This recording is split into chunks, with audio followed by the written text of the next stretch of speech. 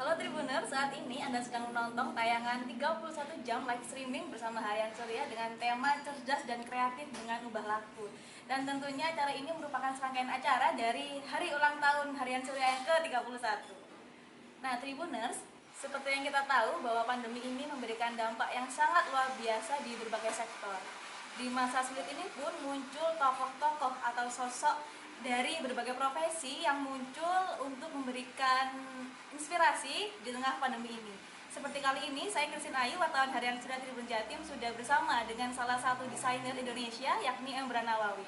Selamat siang Mas Embra. Selamat siang Mbak. Boleh disapa dulu Tribuners yang Halo lagi Tribuners, nonton? selamat datang di base camp saya. Hari ini lagi ada aktivitas sederhana untuk memboosting semangat dari teman-teman desainer, model, makeup artist. Karena saya rasa ini bagian dari tugas kita semua untuk bisa bangkit lagi di masa pandemi ini. Oke nih Mas, ngomongin masalah pandemi nih, seperti yang saya sebutkan tadi bahwa pandemi ini kan memberikan dampak yang luar biasa, termasuk di industri fashion.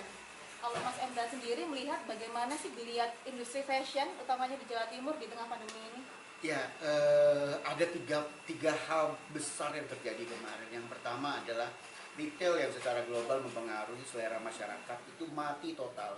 Bahkan kita sempat menyatakan bahwa tidak ada tren di tahun 2020 dan tidak ada tren di tahun 2021 selain daripada tren tahun-tahun sebelumnya. Yang pertama. Yang kedua adalah pebisnis fashion yang kelas menengah atau kelas personal yang mana kehilangan customer karena tidak ada interaksi fisik. Dan yang ketiga, timbul hal baru yaitu pebisnis fashion yang mereka sendiri bukan orang fashion, yaitu bisnis online yang mana mereka ahli dalam menjual produk secara online. Ini yang berpengaruh terhadap apa yang terjadi, baik itu secara ekonomi, mental, bahkan kepada hal-hal yang nggak pernah dipikirin yaitu spiritual. Berpengaruh sekali. Nah, ini yang membuat kita semua menjadi panik dengan kondisi pada saat pandemi kemarin pertama di awal-awal tahun Februari Maret. Lantas peran desainer di tengah pandemi ini seperti apa nih Mas Emda?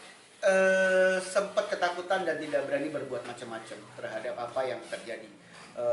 Karena sebagian besar kami desainer ini ada personal touch, personal service kepada pelanggan. Ini hilang, hingga ini membuat kita drastis turun sampai 80%. Untuk klien yang sudah punya ukuran pun menjadi masalah. Kenapa dalam durasi waktu 2 bulan berat badan bertambah? Dan itu banyak jadi pengaruh-pengaruh yang membuat kita tidak bisa menyatakan bahwa bisnis ini bagus atau tidak bagus. Tetapi kita nggak mau kehilangan bisnis ini. Banyak seperti saya sudah puluhan tahun berkecimpung dalam bisnis ini, nggak mau bisnis ini mati begitu saja. Dan beberapa desainer yang baru memulai, apalagi zaman sekarang kan banyak desainer dari sekolah ya, biaya sekolah mereka yang udah ratusan juta juga nggak mau hilang begitu saja. Makanya peran desainer dalam konteks ini adalah menumbuh kembangkan bisnis ini walaupun kecil dan tipis. Nah, salah satunya adalah membuat mata rantainya menjadi tumbuh kembali. Mata rantai itu mana saja, yaitu toko kain, pabrik kain, toko benang, gitu ya. Terus pelaku kayak yang tukang pasang payet dan yang lain itu yang kita tumbuh kembangkan untuk bisa membuat bisnis ini bergeliat lagi. Dan ternyata memang benar. Dengan demikian satu baju berpengaruh terhadap 4 bisnis, akan membuat bisnis itu terus berkembang dan berkembang lagi. Ini yang kami lakukan sementara ini. Tetapi juga kita tidak bisa pungkirin karena akhirnya sekarang kami punya pesaing baru, pebisnis fashion yang bukan orang fashion. Ini yang kami lagi hadapi di era setelah pandemi. Yang pertama adalah keluarga, di mana pandemi ini membuat kita berkumpul dengan keluarga dalam rumah tanpa kemana-mana. Akhirnya kebersamaan dengan keluarga atau bonding dengan keluarga itu menjadi prioritas. Itu menarik sekali dan itu menjadikan ide saya untuk bisa membuat Mystical Elegance ini. Yang kedua adalah pembatik, di mana pembatik ini sempat landing ke dasar banget hingga banyak perajin batik yang tutup. Kemudian yang ketiga pertumbuhan anak-anak, dan yang keempat si wilayah besarnya ini, si Jawa Timurnya ini, yang saya pikir harus dipicu dengan satu hal yang menarik yaitu fashion, di mana keterkaitannya panjang sekali. Dan Mystical Elegance ini adalah emosional yang tersembunyi yang saya angkat ke atas untuk menjadi stimulus bagi semuanya, bagi keluarga, bagi sebuah kota maupun sebuah provinsi yang akhirnya bisa menjadi daya tarik yang menarik. Ternyata benar begitu saya angkat batik klasik ya, batik klasik dari Jawa Timur dan akhirnya pengrajin Jawa Timur mulai tergelitik untuk mengungkap batik-batik klasik Jawa Timur. Budayawan mulai meneliti tentang batik Jawa Timur. Terus fashion sudah mulai melihat Jawa Timur, ternyata ada fashion yang menarik karena kita nggak bisa pungkiri kita orang Jawa juga, ada kebaya dan ada kain, dan di Jawa Timur ternyata punya gaya yang berbeda dengan Jawa Tengah atau Jawa Barat. Dan akhirnya ini menjadi ranah yang luar biasa untuk diperhatikan oleh dinas kebudayaan, dinas perindustrian, bahkan masuk perekonomian dan pendidikan. Ini yang saya terharu gitu, akhirnya ide saya dijadikan ikon sama Pamekasan, dijadikan ikon sama provinsi untuk menjadi ranah kita bisa mengangkat lagi budaya dan fashion di Jawa Timur. Berarti memang sekarang fokusnya ke batik Jawa Timur ya Mas Imran? Ya, akhirnya mau tidak mau apa yang saya pelajari dari tahun 90-an tentang batik, apa yang saya ketahui dari awal 2000-an tentang batik Jawa Timur, dan apa yang bisa saya perbuat dengan batik tersebut, sekarang saya mendapat kesempatan untuk bisa menulis tentang batik ya, tentang batik Jawa Timur. Artinya saya harus memahami semua batik Jawa Timur. Kebetulan saya akan membuat satu buku yang berjudul Narasi Batik Gringsing sebagai Doa untuk Jawa Timur. Kenapa? Karena batik gringsing ya, gringsing ini bahasa Jawanya gring itu sakit, sing itu jangan, yang artinya jangan sakit.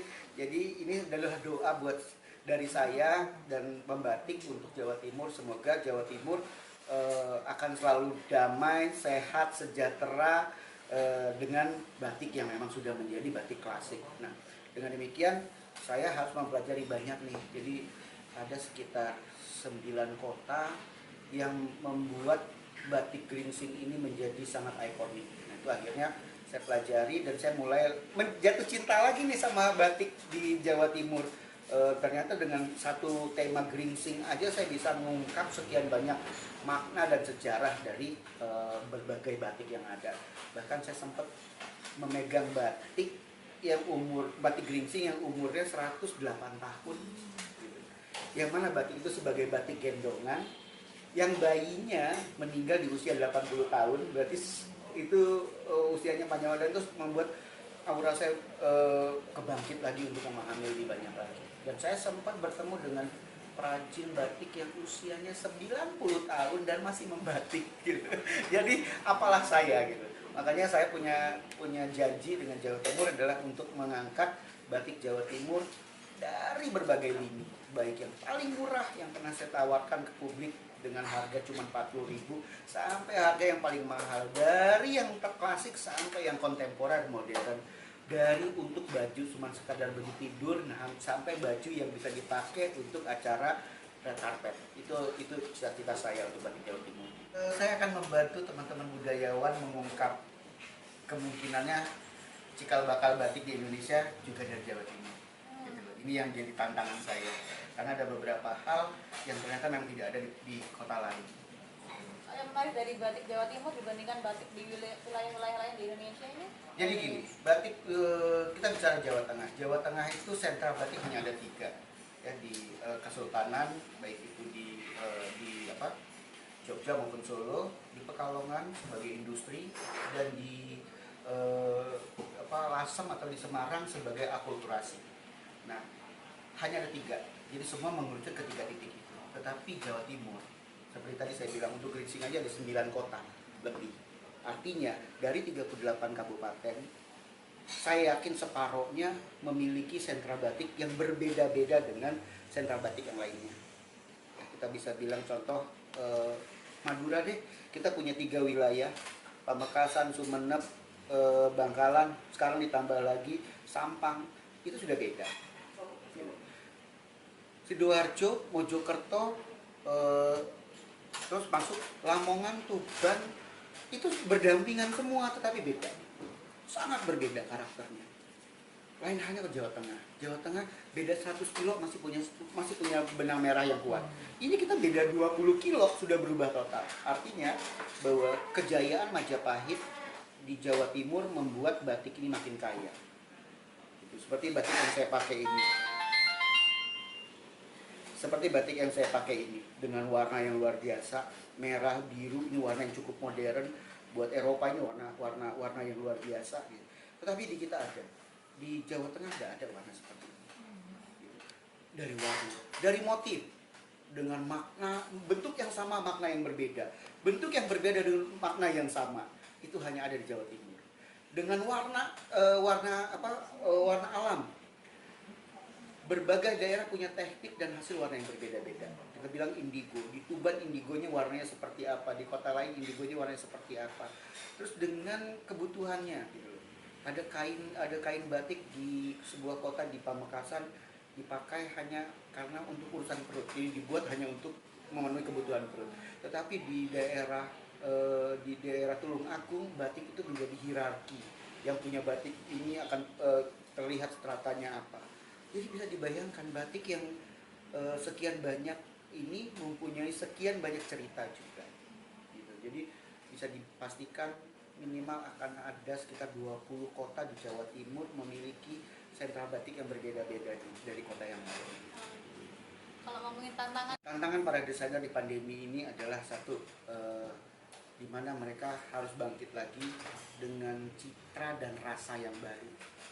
Karena mungkin yang kemarin lewat itu sudah tidak lagi menjadi keinginan yang lainnya. Bahkan ya, ini cerita kecil aja, hampir semua teman-teman saya desainer itu punya stok numpuk, baik itu stok kain, baik itu stok produksi. Artinya kalau itu dijual pun mereka nggak bisa jual dengan bahasa ini barang baru, kembali ke kelasnya lagi. Dan market sekarang sudah berubah, dari efek pandemi membuat selera itu berubah. Yang berikutnya, jadi tantangannya dua hal itu di tantangan besar. Yang ketiga, ranah yang paling menarik untuk diperhatikan sekarang adalah budaya. Kenapa? Karena yang bertahan saat ini hanya budaya. Modernisasi menurun, kita hanya bermain dengan gadgets. Sisanya kita kembali ke ranah di mana budaya ini naik ke permukaan bukan untuk diekspos menjadi hal yang baru, tetapi untuk mengingat bahwa kita pernah melewati sekian dekade. Nah, ini yang menjadi tantangan buat para desainer. Makanya di bulan depan ini insya Allah saya juga membantu pemerintah Jawa Timur untuk mewujudkan fashion, mengkolaborasikan fashion dan budaya batik menjadi produk wisata dan produk industri ke depan buat Jawa Timur. Jadi ini berat. Dulu kita bilang, oh saya pakai Pamekasan, tiba-tiba saya dapat jatah untuk mengolah Tuban. Saya harus mengolah pikiran saya bisa mengangkat batik Tuban yang maknanya lebih dekat ke Mataraman dan ke Bali. Wah, itu berat banget gitu. Dan ini yang menjadi tantangan buat kita semua. Bukan hanya pembatik, bukan hanya perajin. Ini seperti yang saya bilang mata rantai tadi. Oke, terakhir Mas Embran, ada yang ingin disampaikan ke Tribuners supaya tetap semangat di masa pandemi ini? Iya, menarik untuk kita mengingat bahwa kita masih berdiri di sini, bisa berkarya dan bisa mewujudkan mimpi kita walaupun kecil dengan kebersamaan dengan keluarga. Yang pertama, jaga kesehatanmu. Yang kedua, jangan berhenti berkarya. Yang ketiga, tingkatkan imunitas yang mana efeknya akan ke produktivitas. Ini yang nggak pernah bisa kamu hentikan. Kenapa? Karena itu adalah darahnya orang Indonesia, darahnya orang Jawa Timur. Buat Tribuners juga untuk bisa berkarya seperti yang kalian lihat di ulang tahun Tribun Surya ke-31 ini. Nah, itulah tadi perbincangan saya dengan salah satu desainer Indonesia, Mas Embran Nawawi. Semoga perbincangan kali ini bisa menginspirasi kita semua untuk tetap produktif dan semangat di masa pandemi. Sampai ketemu di lain kesempatan.